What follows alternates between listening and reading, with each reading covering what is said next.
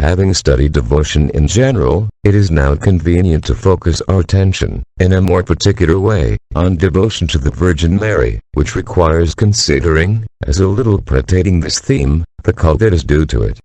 In this regard, therefore, it is necessary to know that there are not two, as is sometimes thought, but, rather, three types of devotion, each in correspondence with the nature of the cult due to its respective objects. Devotion, at least in a strict sense, as an act of the virtue of religion, refers to itself and directly to God, since only we should worship, that is to say, worship latria. This cult also extends to the most holy humanity of our Lord, since the human nature assumed by Christ is united to the very person of the Word. Now, since loving God implies loving everything that, in one way or another, refers to Him, devotion can be directed, at least indirectly, to the saints and angels for what, as stated on another occasion, they have of God.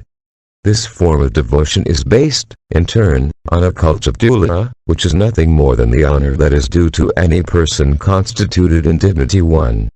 In the saints, in fact, we see not only how God manifests His goodness, making participants of His perfection simple creatures, but also His mercy, elevating Him to the condition of close friends to whom, without grace, He would be a mere slave and dust from the earth, but still the charity that the blessed enjoy in heaven, being able to intercede and pray for those who invoke and venerate them.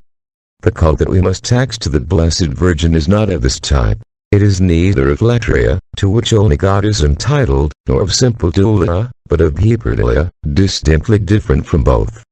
And the reason for this is that Mary, by virtue of her divine motherhood, for which she is, in a real and true sense, Mother of God, belongs to an order superior to the order of grace, in which the just are found, and even that of glory, proper to the saints and angels of heaven. Because she is Mother of the Incarnate Word, Mary forms part of what theologians usually call the hypostatic order, which is the order, within the set of the works of God, which refers to the union in one person, or hypostasis, of the human and divine natures of our Lord Jesus Christ.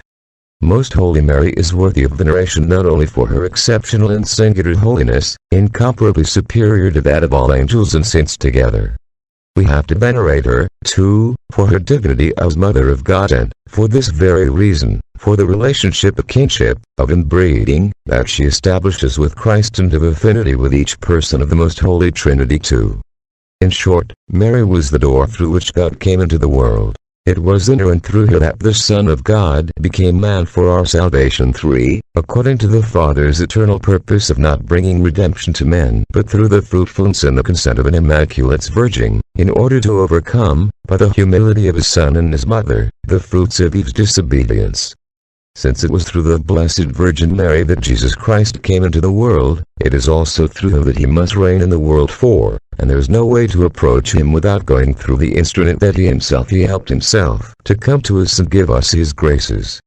This is why, in quick strokes, we owe this blessed and loving Mother a special cult, a devotion full of tenderness and filial trust, without incurring idolatry or lowering the level of other saints to that which God Himself has elevated above all creatures.